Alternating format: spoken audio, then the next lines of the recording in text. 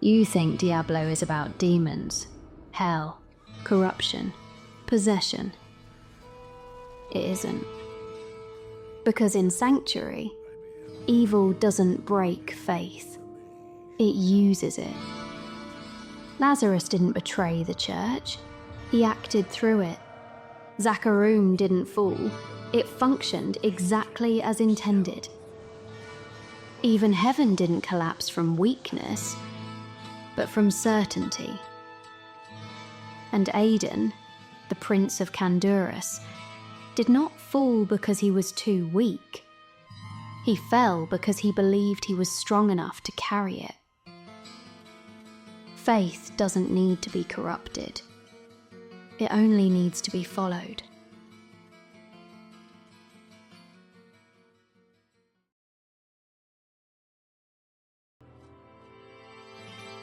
Tristram does not fall because Diablo breaks into the world.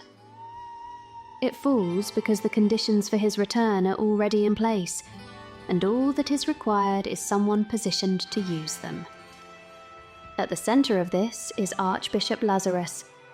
He is not an outsider, nor a visible threat, but a high-ranking member of the Zakarum faith serving under King Leoric, a figure whose role grants him immediate trust and unquestioned legitimacy.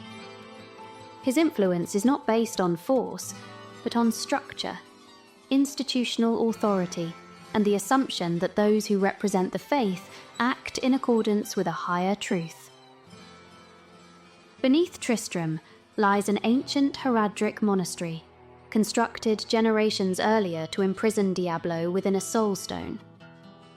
That prison remains intact for years, not because it is impossible to break, but because access to it is controlled by layers of trust, hierarchy, and sanctioned authority. By the time Leoric relocates his court to Tristram under Lazarus's guidance, Diablo is already exerting influence from within his prison. He cannot act directly, but he does not need to. Lazarus, already compromised and acting under that influence, becomes the mechanism through which access is granted. At this point, the broader context becomes important. Zakarum, the faith Lazarus represents, is not isolated from this process. Its centre lies in Kurast, where Mephisto has been imprisoned for years. From that position, Mephisto's influence spreads gradually through the structure of the religion, not through open collapse, but through internal erosion. By the time events reach Tristram, the institution itself is no longer untouched. He operates within a system that is already under pressure, already influenced, already vulnerable. What happens in Tristram is not separate from that corruption. It is an extension of it. Diablo's first attempt is to possess King Leoric himself. The attempt fails in a critical way. Leoric resists enough to prevent full possession, but not enough to remain stable. The result is not control, but collapse.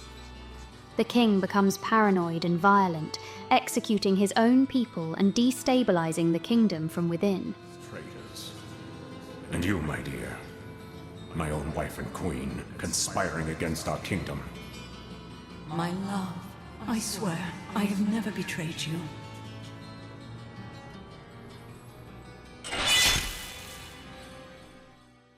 With Leoric unsuitable as a vessel, Lazarus escalates.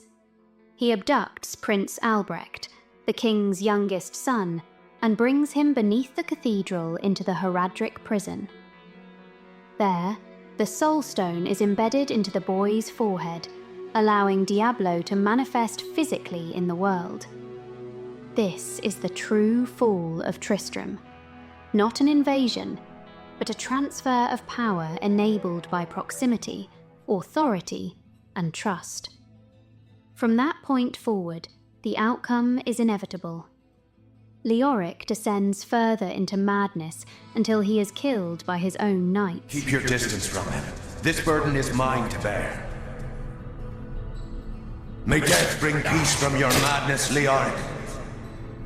Traitors! Even in death, the armies of Kurast will still obey their king, even if you will not. The cathedral becomes a point of corruption that spreads downward through the catacombs, the caves, and eventually into hell itself. What began as containment becomes a structured pathway. Aidan, the eldest son of Leoric, returns to this aftermath.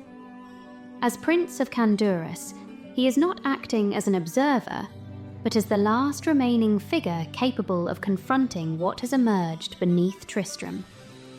He descends into the cathedral, fights through the corruption, and ultimately defeats Diablo's manifested form. The failure occurs in what follows. Diablo is not destroyed, only contained within the Soul Stone. Aidan is left with a decision regarding what to do with that containment. Leaving the stone unguarded risks repeating the same sequence of events that led to Tristram's fall. Acting within that pressure, and under Diablo's growing influence, Aidan makes a deliberate choice. He takes the Soul Stone and drives it into his own forehead, believing that he can contain Diablo through his own will. This decision is not purely forced, nor entirely free. It is influenced, but still chosen. And that distinction is essential. Lazarus operates through institutional faith, authority that is never questioned.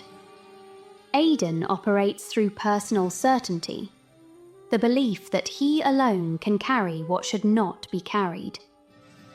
Different forms, identical function. Both create access.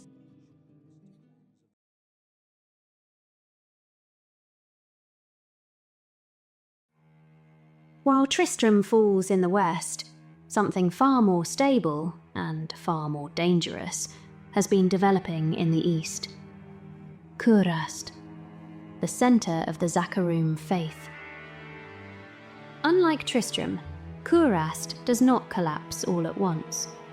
Mephisto has been buried beneath it for centuries, and that matters because his corruption does not begin with a spectacle. It begins with duration. The city above him keeps functioning, the priesthood keeps preaching, the hierarchy keeps issuing commands, and nothing from the outside suggests that the centre of the religion is already rotting. Mephisto has spent generations poisoning the institution from directly underneath its seat of power. That corruption eventually reaches the High Council, the body entrusted with Mephisto's imprisonment and the ruling authority of Zakarum in Kurast. Evil reaches the governing core of the religion itself. That is why Kurast is more dangerous than Tristram. It proves that a faith can remain fully operational long after its purpose has been inverted. After Kalim's death, Sankakur becomes the new Q-Hegan, the highest religious authority in Zakarum. That matters because Mephisto's corruption is no longer limited to whispers beneath Kurast or influence spreading through the priesthood. It has now reached the man occupying the highest office in the faith. From there, the process goes one step further. Sankakur does not merely serve Mephisto or act under his influence. He becomes Mephisto's mortal host. At that point, hatred is no longer hidden beneath the religion. It is speaking through its highest authority, using the very office that was supposed to guard the faith against corruption. And that is what it means to strike the heart of Zakarum in sanctuary. It is not merely the fall of one city. Kurast is the institutional centre of the largest religion in the world. Once its core is exposed as compromised, the damage cannot remain regional. The revelation destroys confidence in the church, breaks its political legitimacy, and leaves a power vacuum across the regions that depended on Zakarum as both religious authority and governing structure. The heroes are not just killing Mephisto in Act 3. They are exposing that the world's greatest faith has already been serving hatred from the inside. The ending of this arc is therefore not restoration, but exposure. The High Council is cut down, the barrier hiding Mephisto is broken, Mephisto is finally confronted in the durance of hate, and his soulstone is later destroyed in hell. But defeating Mephisto does not rewind what Kurast has become. The corruption of Zakarum becomes public knowledge, faith in the church is shattered, and Kajastan's political centre shifts to Chaldeum. Mephisto's gone, but the structure he hollowed out does not simply recover just because the rot at its core has been removed.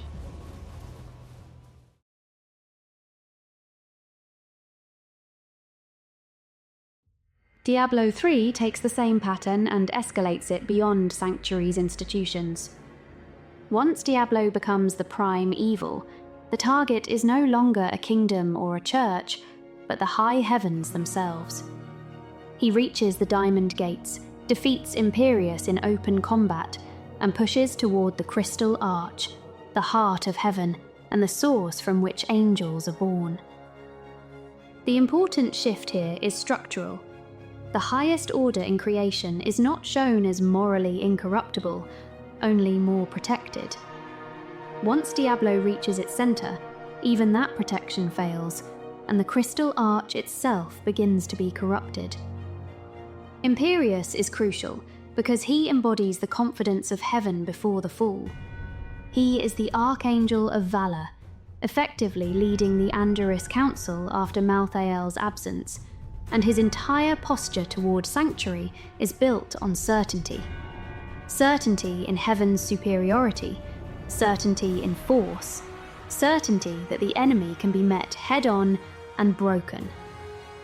Diablo 3 shows the limit of that model. Heaven does not fall because Imperius lacks power. It falls because power without self-critique cannot recognize its own vulnerability until the gates are already broken and the corruption has reached the core. Reaper of Souls pushes the argument further. After Tyrael and the new Haradrim hide the Black Soulstone in the tomb of Rakis, Malthael attacks, takes it, and uses its power in a campaign to eradicate humanity, which he sees as fatally contaminated by demonic essence. Westmarch becomes the clearest proof of what that means.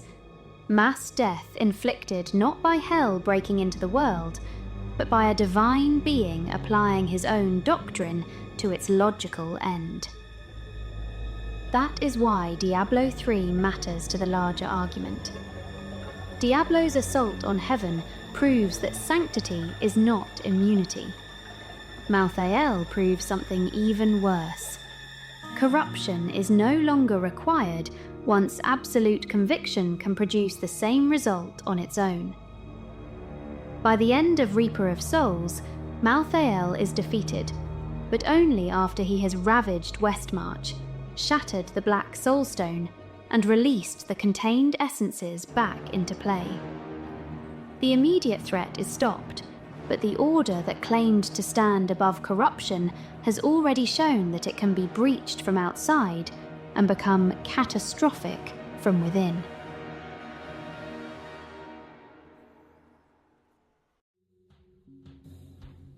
Diablo 4 shifts the pattern again.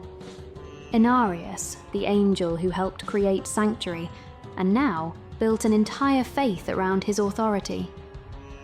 By the time Diablo 4 begins, that authority is not being used to protect humanity. It is being used to justify his own return to heaven. He seizes on Rathma's prophecy, folds it into the cathedral's gospel, and turns a religion into a vehicle for a private bargain. If he kills Lilith, heaven will take him back. That is the core failure of Diablo 4's first half. The faith is not corrupted from below, it is organized around a false promise from the top. That is why Inarius matters so much. He does not lose because his followers stop believing in him. He loses because his belief was always transactional. He convinces the cathedral that obedience, penance, and sacrifice will culminate in divine restoration. But when he finally confronts Lilith, the prophecy does not deliver what he thought it meant, and heaven does not answer him. His death is not just the fall of a leader, it exposes that the entire structure had been built around his misreading, his ego, and his need for absolution. After that failed assault, the cathedral does not simply recover. It fractures under Prava, and its instability becomes part of Sanctuary's ongoing damage. Vessel of Hatred takes the same logic and makes it even more direct. Mephisto is no longer working only through proximity, as he did beneath Kurast, or through institutional erosion alone. He is trapped within the Soulstone carried by Norel. But the campaign in Nahantu makes clear that this is not containment in any meaningful sense. He is still maneuvering, still speaking, still shaping events while the region itself is tied to the legacy of Akarat. That historical detail matters, because Nahantu is not random territory. It is sacred ground already associated with an earlier attempt to push back the very corruption Mephisto represents. And that is the final indictment of faith in Diablo. Akarat is not just another corpse in the dirt. He is the sacred origin of Zakarum, the closest thing Sanctuary has to a messiah, the man whose life was supposed to prove that devotion could bring humanity closer to the light. And in the end, even that becomes a vessel for Mephisto. Hatred does not stop at corrupting priests, councils, or cathedrals.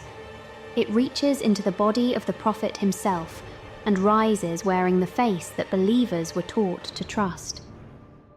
That is what makes this worse than Tristram, worse than Kurast, worse than any single fall before it.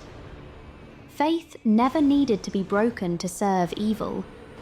It only needed to be believed in deeply enough.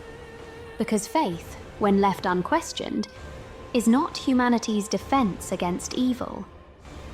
It is the door evil finds unlocked every time.